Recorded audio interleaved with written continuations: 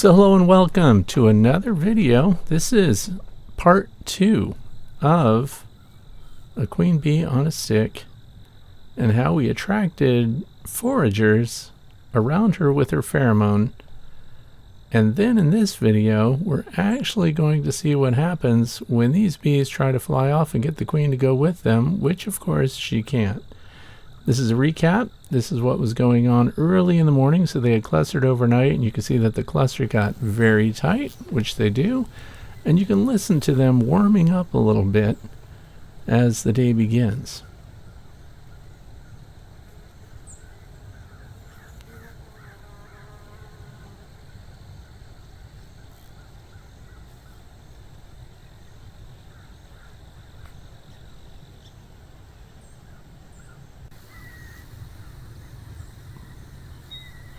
And the whole time that they're clustered like this, of course, they conserve their energy. They're keeping the queen that's in this cage warm, and they're feeding her as well. But you can see they start to flutter their wings. They also vibrate their flight muscles, and they have to warm up their muscles into the 80s. That's 80 degrees Fahrenheit before they're capable of flight. So it's still kind of dark, even though the camera kind of makes it look brighter than that. But you can tell it's a little noisy, and this is the stick that the queen cage is zip tied to. So she's been in her cage here for the start of the day before in the afternoon, so not quite 24 hours here. And these bees, remember, are not related. They've all flown in throughout the day yesterday and just gradually built up, and we're hearing them warming themselves up.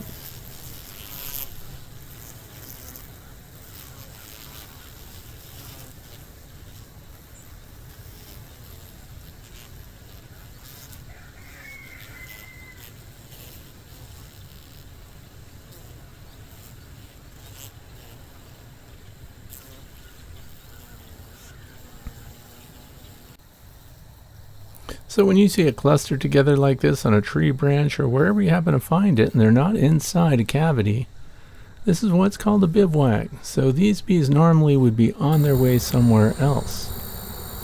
And guess what happened when I walked away? They all flew and abandoned my queen on a stick. So you can hear the bees in the air, and you can see them in the distance swirling around. So they took off. Now this is going to answer my question. When I saw a cluster that size had accumulated around this cage, I began to wonder if it wasn't actually a swarm on its own that just happened to share the same branch as this queen on a stick. So when I say queen on a stick, this is a queen cage. She came through the male. This is a carniolan. And I zip tied her to the stick to see, just as an experiment, if I could get foraging honeybees and scouts and things like that to just collect around the queen cage. Now, since they've flown, this is going to answer my second question, which is, do they have their own queen with them? In other words, was this actually a swarm that just glommed onto that branch and the cage happened to be there? Or were they really there just because of the queen mandibular pheromone that was coming off of a queen that's in production? In other words, a queen that's capable of laying eggs. So I'll answer that question. They're going to come back if you'll stay with me. I know this is a long video, but they're flying in a random way. So what they were doing is swirling around in a big cloud of bees, and they're actually trying to find the queen. Normally the queen would have flown with them, and then the bees that have been doing their waggle dances, that had found a cavity they want to occupy, the queen would have flown with them and off they'd go. But that's not what's happening here. They're continuing to search the air around this tree, assuming that the queen would have flown with them. And then of course it's the scouts that lead the way, and there are streakers that zip through the swarm and direct them to wherever this cavity is that they had found. But that didn't work, and the reason is this queen can't fly. There she is, carniolan queen in her cage with her attending workers. And those are just worker bees that they put in the cage with her when they ship her off. They're not necessarily her own bees. But this is a queen that's capable of producing eggs. And there's a candy plug at the bottom there, and of course there's an opening at the top. The corks are in both ends, and I'm going to explain what I'm going to do about that later. So if there's no queen in the air with the swarm, what choice do they have but to come back and collect once again around the queen? Well, of course, these bees aren't associated with this queen at all, other than the fact that they found her pheromone in the air, followed it, and then in groups of 20, 30, 100, 200, they collected around her on that tree branch. So now they've lost her. So two things can happen. They return to the branch, or they all depart and return to their respective beehives that they came from in the first place. Because remember, this isn't her queen. They could just as well go right back to whatever colony they came from. And if, while they're flying around like this, if I grab that queen cage and take it away and remove it from the pheromone stream in the air, they would not be able to find them, and then this cluster of bees would return to the colonies that they originated from. So this is very interesting, but that's not what I'm going to do. I'm going to leave the queen zip tied to that stick, which is on this evergreen tree, and we're going to watch them for a while and see if they don't come back. But what I want you to look at is, during this slow motion sequence, remember how many bees were in the air during that last slow motion sequence? Their numbers are increasing. And their noise, their sound is getting louder. So they're actually coming closer. They were spread out over probably 20 yards in diameter. And of course, they're flying higher. And a swarm would move at about 6 miles an hour. But they tried to go away, and without a queen to go with them, they're coming back. So this is going to reinforce what I thought in the first place. That putting the queen out there that's mated, who generates a pheromone that bees recognize as a queen capable of producing a new colony, in other words, she can lay eggs, that they would just naturally collect to her. And I want to caution you that this might not work where you live. In other words, it has to be a very specific time of year. For it to work best, it needs to happen when we have swarming going on in your region.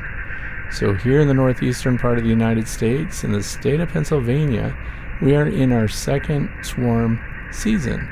That means that there are a lot of bees in the air. There's a lot of production going on. There's a lot of nectar coming in because we're in the middle of a nectar flow from goldenrod, asters, and a lot of other seasonal plants that we depend on to build our bees up in honey stores for winter. But they're also bringing in pollen, which is why they're ready to swarm. But this, remember, is an artificial swarm, because this queen was brought in from out of state. In fact, she was brought in from California. They don't know her. So the fascinating part of this is they just happen to fly through her pheromone stream. They pick up that it's a queen, and they flew over, and they started in very small numbers. But then, of course, through direct contact through the screen that's in that queen cage, they begin to spread her pheromone to one another, and then they become a new colony of bees just because we provided a queen. And you can see in slow motion there at the center that there are bees now starting to reattach themselves to that little wooden cage. And that's going to become even more evident here as we speed up again. And I want you to take your time and just watch how quickly they join the queen again and collect on this branch. And I'm also going to take you step by step through how we can now control them and get this new colony of bees into a hive.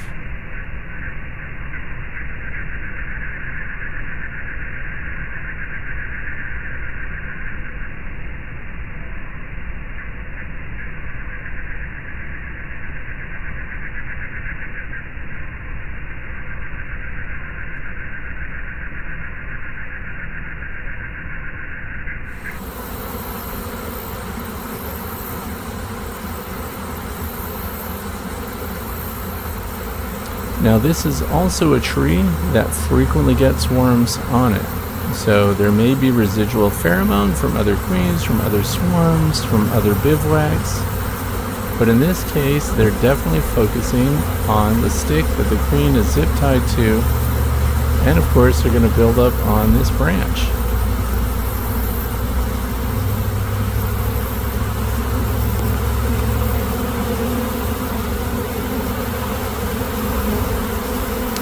My UPS driver pulled up while I was doing this, and he just put the package out and drove away kind of quick. I don't think he was very comfortable with the number of bees that were flying around.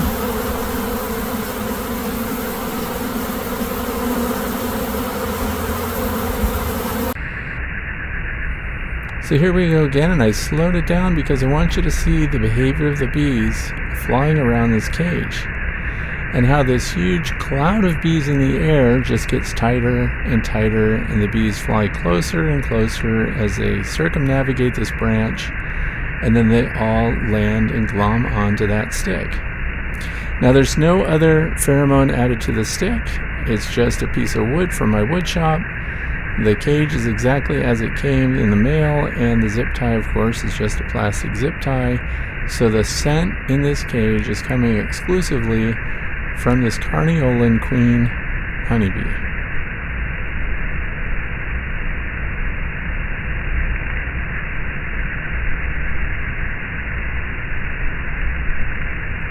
Now the other interesting aspect of this is, even though there was a cluster of bees that spent the night here and they were on this branch, once they spread out and they tried to leave the way a normal swarm would, we also may be picking up more bees or even different foragers that, again, just happen to be flying through the area, and for some reason they just decide to join in this bivouac of bees.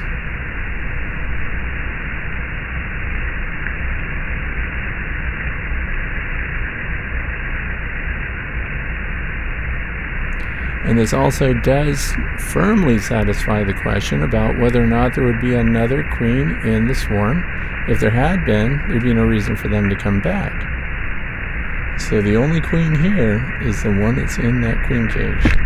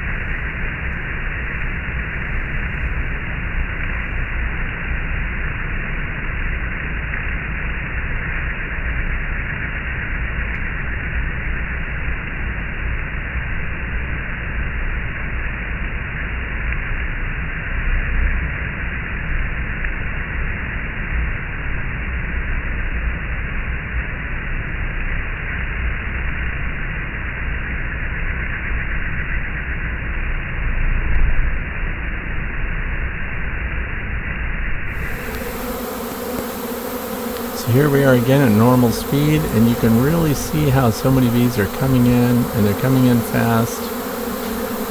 And I really want you to listen to the noises that they're making. Their wing beat frequency is the same. They're all around 230 to 240 cycles per second. So there's no variance of pitch. It all sounds the same. It's just a little louder when they move a little faster, but their wing beat frequency does not increase. So we're building basically a package of bees right in front of the camera here.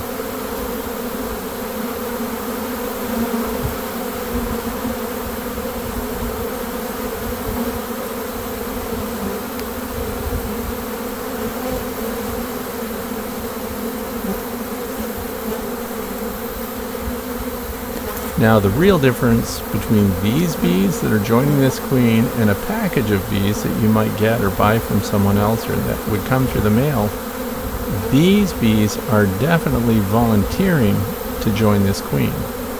When you get a package of bees, they're just dumping bees that they have in the bee yard right into a container, installing a queen, closing them up, and shipping them to you.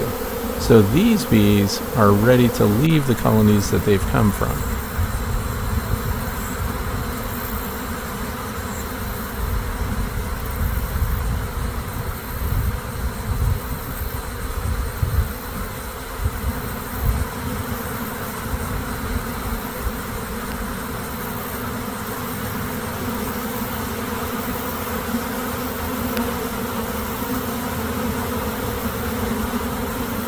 And you can see, those of you who may not know what the yellow is on some of the bees that are there, these are all workers, and some of them still have pollen on their hind legs.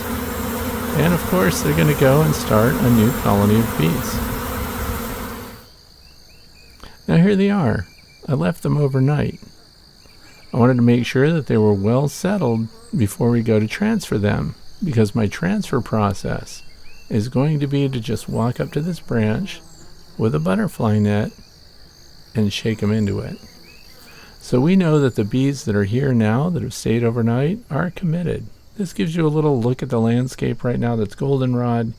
We have Joe Pye weed. Down in the meadows we also have ironweed, and of course the corn in the background. This is what hive number 32 that they're going to go into. That's the direction that it faces.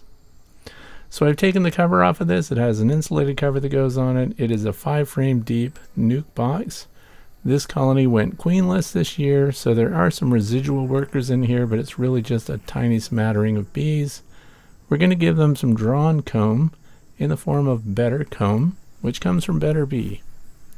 We also have some foundation here that's waxed. Some bees started to work on it, but they never quite drew it out.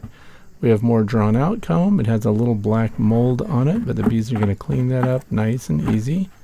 And we're going to go and collect the bees into a butterfly net, and then I'm going to go and take the queen herself and just stick her in the hive. So let's do that. It's a cotton butterfly net, and I've not sprayed them with sugar syrup or anything else. They're still cool. It's early in the morning, and we're just going to shake them right into this. And those that want to fly away, they can fly away.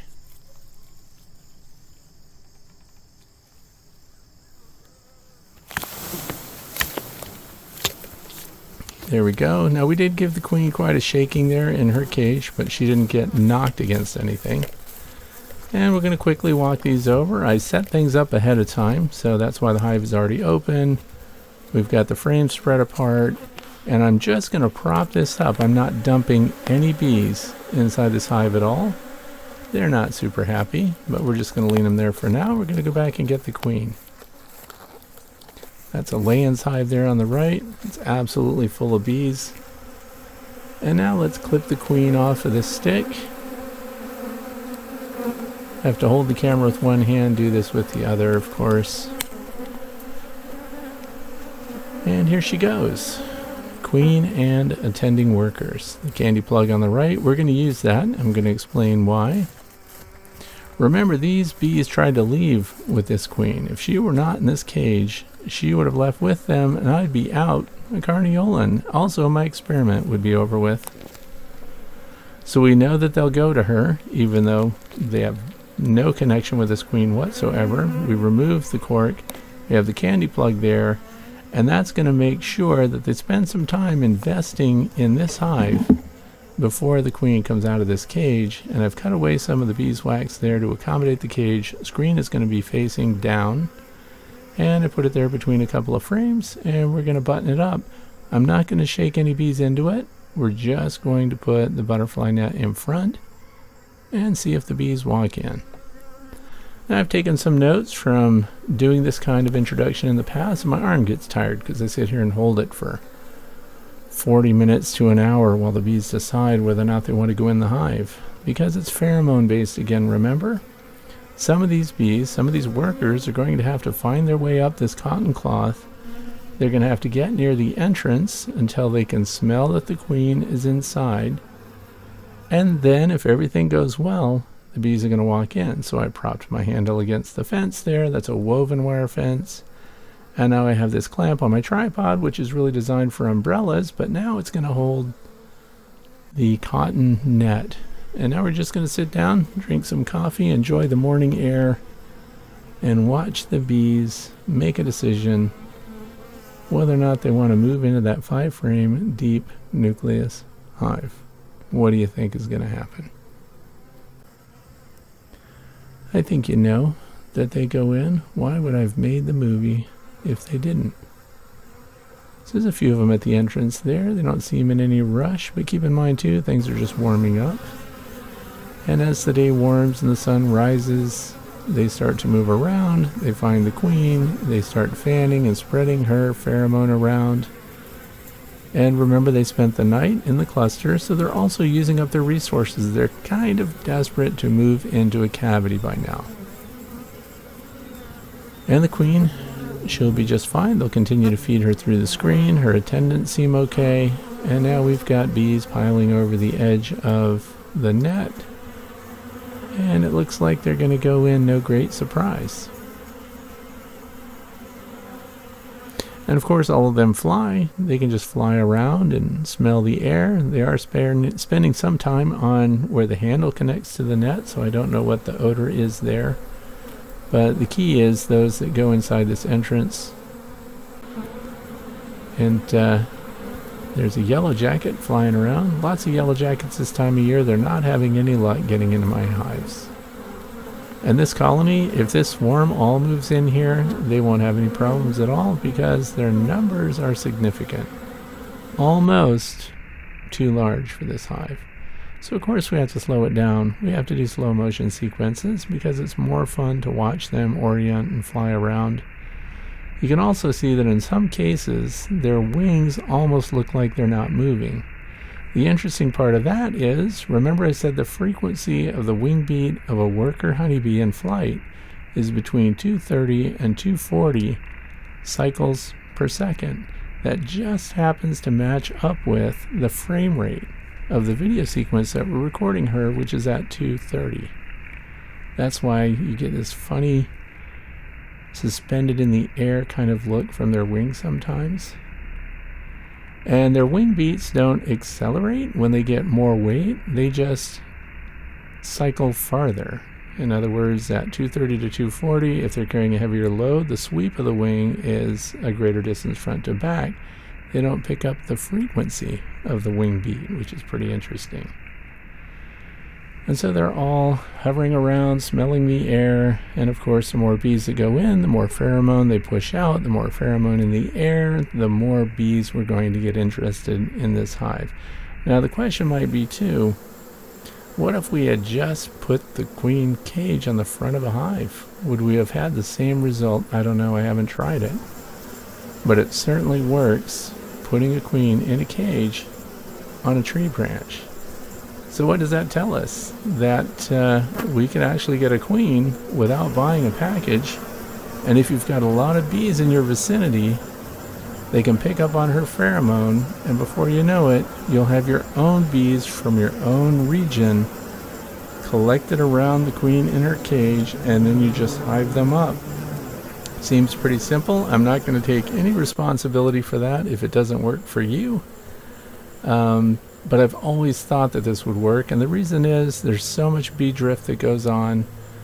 I've also experimented in the past with the pheromone lures and was able to get bees to just show up and collect around a pheromone alone that didn't even have a bee at the center of it. So we know that worker honeybees will drift heavily from one hive to another just on a whim. They could be coming back with nectar and pollen, and instead of going to the hive that they're supposed to be fortifying, they can be interrupted by an interesting smell and just go to another hive and move in there, because worker bees that have provisions with them are not rejected by guard bees at the landing board. It's the ones that show up with nothing that are there to rob them, which is something that, by the way, is going to be coming up here in a couple of weeks. As the nectar flow dries up and these late season flower sources start to close down and dry, you're going to see an intense pressure from robbers on all of your beehives. So here again, let's do what's called hyperlapse and listen to some music and see how the bees that are spreading pheromones hold a fixed position on the cloth, and the other bees, responding to the pheromone, quickly move up the stream and into that hive body.